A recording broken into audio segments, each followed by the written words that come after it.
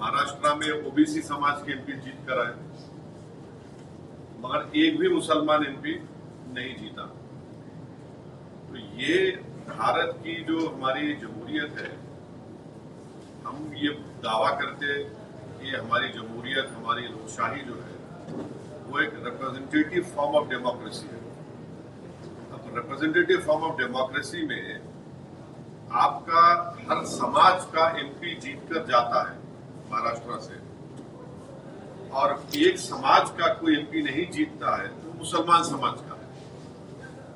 तो ये बात इन तमाम जिम्मेदारों को सोचने की जरूरत है, और हमारी कोशिश यही है कि जो औरंगाबाद से इम्तियाज जलील साहब को कामयाबी नहीं मिली, इसका ना सिर्फ महाराष्ट्र के पूरे मुस्लिम समाज में एक गम है, एक गुस्सा है, और वो गम और गुस्सा ये कह रहा है कि भाई हर समाज का आदमी जीत रहा है, हमारा एक एमपी था मुस्लिम समाज का, उसको हराने के लिए सब मिलकर उसको हरा दिया।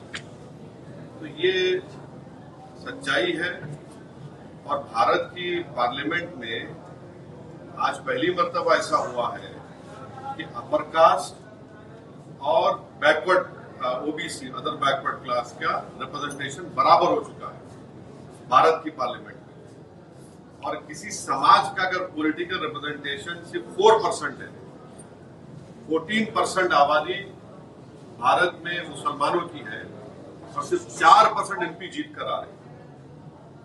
तो ये आखिर ये मुसलमानों से उनको वोट डालने के लिए क्यों पीछे हट रहे हैं? मुसलमान तो झोली भर भर कर वोट डाला ना सबको। हम सब जब डाल रहे हैं वोट, तो हमको क्यों नहीं वोट डालते? तो ये सवाल मेरा ये तमाम पॉलिटिकल पार्टी से, ये तमाम लीडर से, और ये सवाल मुसलमानों को भी सोचना है।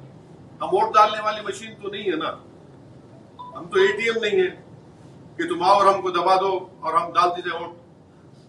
तो ये आपके सवाल का जवाब ये है। सब जाएंगे या नहीं जाएंगे, सोच क्या है आपकी? सोच रहे हैं आप इधर अगर उनकी तरफ से कोई प्रस्ताव आता है या आपकी तरफ से अगर उनकी तरफ से कोई प्रस्ताव आता है तो आपको साथ लेके जाके बात करता हूँ। मैं हमेशा जो है मैं जरांगे टॉपिक हो जाने पहले एक मिनट, मैं जरांगे साहब को मुबारकबाद देता हूँ कि उन्होंने खड़े हुए अपने समाज के लिए, और उनके खड़े रहने की वजह से 8 मराठा एमपी को उन्होंने कामयाब कर दिया। भीड़ से उन्होंने पंकजा मुंडे को शिकस्त हो गई। तो ये उनकी कामयाबी है। ये मगर कामयाबी जहां उनकी हो रही है, जो मुस्लिम समाज की कामयाबी क्यों नहीं हो रही है? और ऐसा ही हमको लड़ना है मुस्लिम समाज को भी अपने राइट्स के लिए, और इंशाल्लाह हम कोशिश कर रहे हैं, करेंगे। दूसरी पार्टियां तो सिर्फ मुस्लिम वोट को लेना चाहती है, कैंडिडेट नहीं दे सकते। तो इम्तियाज साहब ने सही कहा, आज आपके महाराष्ट्र काउंसिल में ना, काउंसिल में तो कोई नहीं है मुसलमान। तो ये महाराष्ट्र के 11% मुसलमानों के लिए बहुत ही तकलीफदेह बात है। अगर उनकी तरफ से कोई बातचीत होती है, बराबर बात करेंगे। वैसा हम अपने दरवाजे बंद नहीं कर रहे। तीसरा सवाल बोलिए।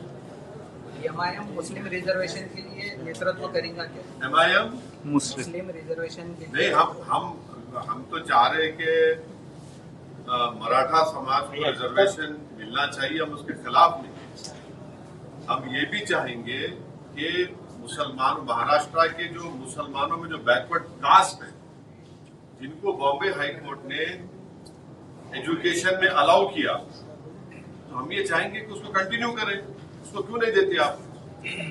भाई एक मेरा सवाल मुझे जवाब मुकम्मल मिला दीजिए। और रिजर्वेशन का वो बॉम्बे हाईकोर्ट का जजमेंट है मुसलमानों के फेवर में। एम्प्लॉयमेंट उन्होंने कहा कि 50% के ऊपर जा रहा है, इसलिए नहीं दे सकते।